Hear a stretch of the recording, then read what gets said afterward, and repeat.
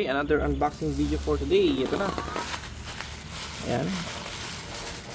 So, naka-plastic lang siya. Okay.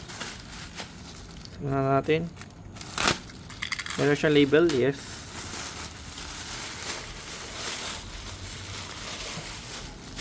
Meron siyang konting bubble wrap na ginawang plastic.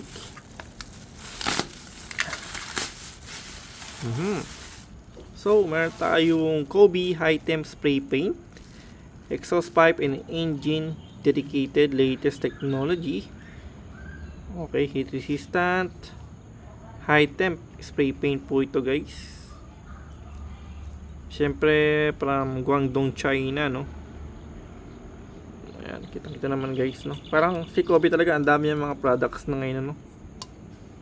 Spray once for long lasting protection, wide range of application, 4 plus protect, ewan ko ano ibig sabihin yan.